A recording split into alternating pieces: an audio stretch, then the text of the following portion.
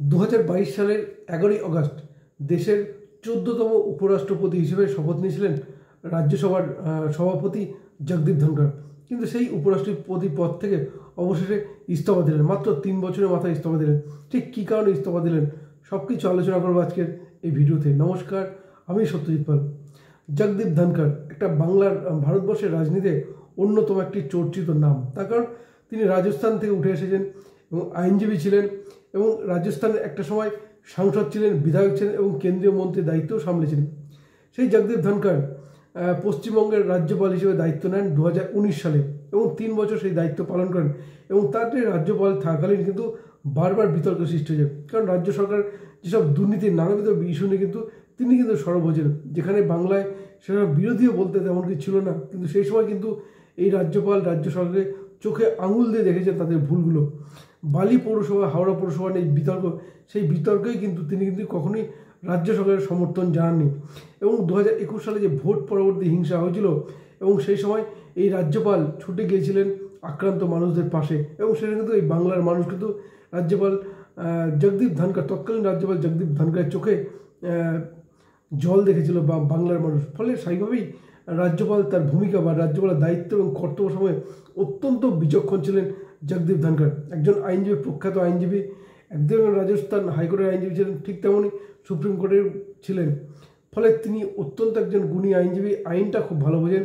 আর ঠিক সেখানে নিজের রাজ্যপাল তার যে দায়িত্ব এবং কর্তব্য যথার্থভাবে পালন করছে। কিন্তু তারপরেই 2022 সালে আচমকা রাজ্যপাল পদে, বাংলার রাজ্যপাল পদ থেকে ইস্তফা দেন এবং তারপরেই উপরাষ্ট্রপতি পদে বসেন এবং তারপরে রাজ্যসভা সভাপতি পদে রাজ্যসভায় দায়িত্ব সামলেছেন। তার সেই উপরাষ্ট্রপতি থাকার সময় তাকে নিয়ে কিন্তু বিতর্ক তৈরি হয়েছে, বিরোধীরা নানাবিধ প্রশ্ন তুলেছেন।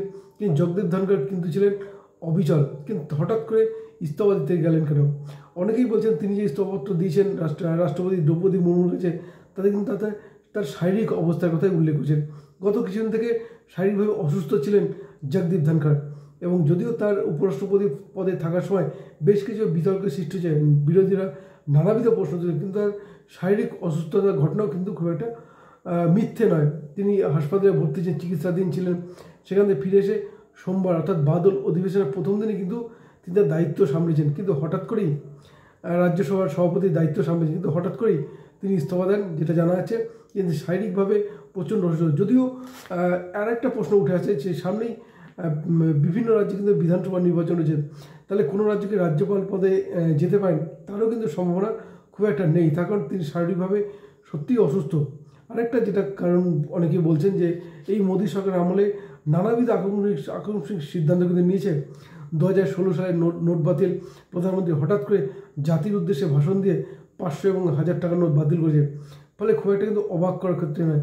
কিন্তু জগদীপ ধনখড় তিনি কি সেরকম তাকে নিয়ে কি সেরকম কোনো ভাবনা চিন্তা রয়েছে? নাকি তিনি শারীরিকভাবেই? কংগ্রেসের পক্ষ থেকে কিন্তু যথেষ্ট চিন্তিত জয়রাম রমেশ। তিনি বলেছেন, তিনি সন্ধ্যেবেলাও কথা বলেছেন জগদীপ ধনখড়ের সঙ্গে, তখনও তিনি জানতেন না তিনি হঠাৎ ইস্তফা দেন। কিন্তু তারপরেই দেখা যায় তিনি রাষ্ট্রপতি দ্রৌপদী মুর্মুর কাছে গেলেন এবং নিজের ইস্তফাপত্র দিলেন। কিন্তু জগদীপ ধনখড় হঠাৎ ইস্তফা দিলেন কেন? কী মনে হয় আপনাদের? অবশ্যই জানাবেন কমেন্ট করে। ধন্যবাদ, ভালো থাকুন সবাই।